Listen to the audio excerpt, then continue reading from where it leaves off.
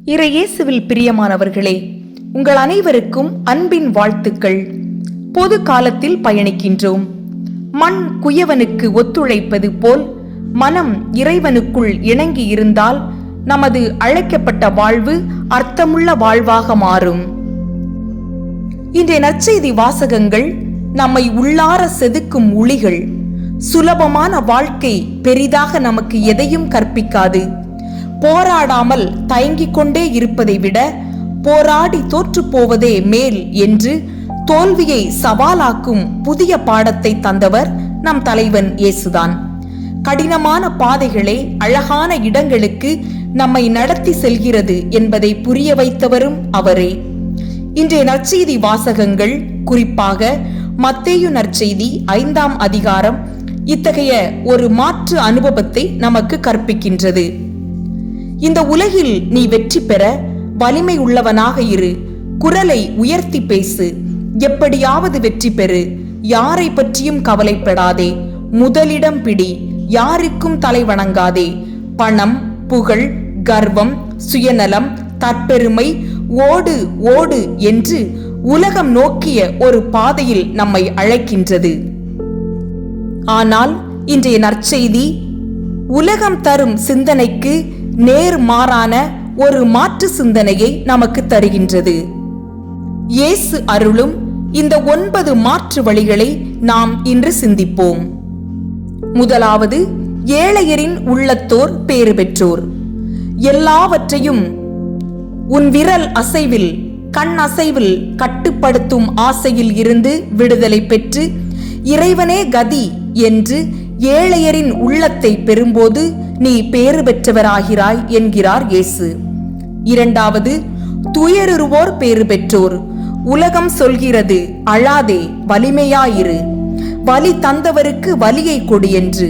இயேசு கூறுகின்றார், உனக்கு ஏற்படும் துயரத்தை தாங்கிக்கொள், நான் உனக்கு வலிமை அளிப்பேன் என்று. மூன்றாவது, கனிவுடையோர் பேறு பெற்றோர். பதிலடி கொடு, கண்டு கொள்ளாமல் செல் என்கிறது உலகம். இயேசு கூறுகின்றார், மென்மையை தேர்வு செய். கனிவு என்பது பலவீனம் அல்ல, உள்ளத்தின் வலிமை என்கிறார். நீதி நிலைநாட்டும் வேட்கை கொண்டோர் பேறு பெற்றோர். இது 4வது உத்தரவு. இதனால் எனக்கு என்ன லாபம், என்ன வெகுமதி என்று பார் என்கிறது உலகம். இயேசு கூறுகின்றார், முதலில் கடவுளின் விருப்பத்தை தேர்வு செய், மற்றவை எல்லாம் உனக்கு இலவசம் என்று. 5வது, இரக்கமுடையோர் பேறு பெற்றோர்.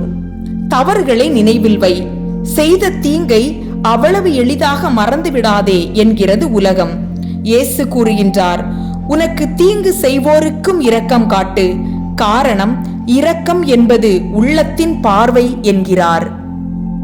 6வது, தூய்மையான உள்ளத்தோர் பேறு பெற்றோர். வெளிப்புற தோற்றத்தை, நிறம், அழகு, அறிவு, நடை, உடை, திறமை போன்றவற்றை பார்க்கிறது உலகம்.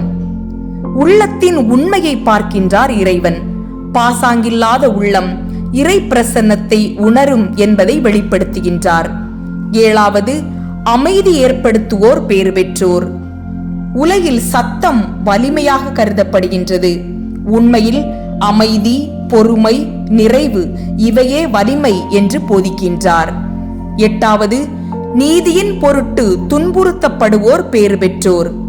நீதியின் பக்கம் நின்றால் தனிமை நிச்சயம், அவமானம் இலவசம். ஆனால் கடவுளின் பார்வையில் அதுவே வெற்றி என்கிறார்.